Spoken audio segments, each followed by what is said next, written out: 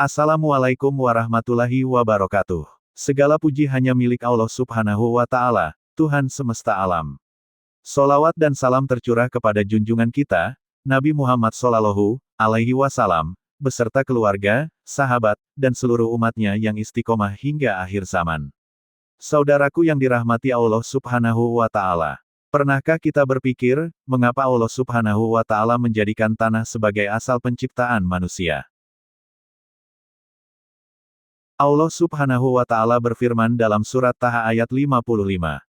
Dari bumi, tanah kami ciptakan kamu, dan kepadanya kami akan mengembalikan kamu, dan daripadanya kami akan mengeluarkan kamu pada kali yang lain. Kita semua berasal dari tanah. Kita hidup di atas tanah. Dan suatu saat nanti, kita pun akan kembali dikubur dalam tanah. Tapi mengapa tanah? Kenapa bukan dari emas, dari batu permata, atau dari cahaya? Jawabannya, karena tanah itu rendah, tidak sombong, tidak menolak siapapun.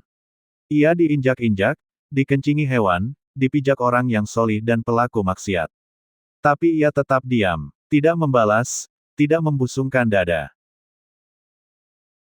Tanah itu rendah, tapi darinya tumbuh pohon. Tanah itu diam, tapi menyimpan benih kehidupan. Tanah itu gelap, tapi jadi tempat bercahaya bagi orang-orang yang sujud di atasnya. Sifat ini disebut tawadu, yakni merendahkan diri karena Allah Subhanahu wa Ta'ala. Rasulullah Shallallahu Alaihi Wasallam bersabda dalam HR Muslim, tidaklah seseorang merendahkan diri karena Allah, melainkan Allah akan meninggikannya.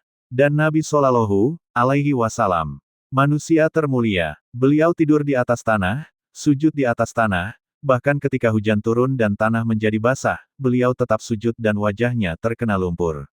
Bukankah ini teladan yang luar biasa?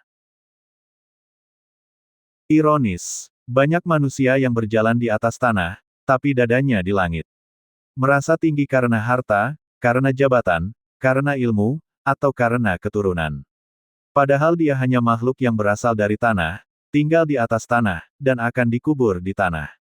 Rasulullah Shallallahu Alaihi Wasallam bersabda dalam HR Tirmidzi, tidak akan masuk surga seseorang yang di dalam hatinya terdapat kesombongan walaupun sebesar biji sawi. Ketika kita bersujud, dahi kita menyentuh tanah. Itulah momen paling dekat antara hamba dengan Rob-nya. Kenapa harus menyentuh tanah?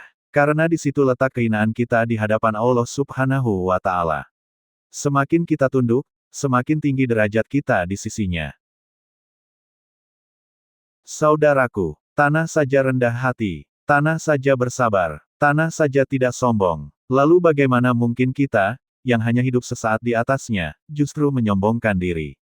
Mari belajar dari bumi yang tawadu.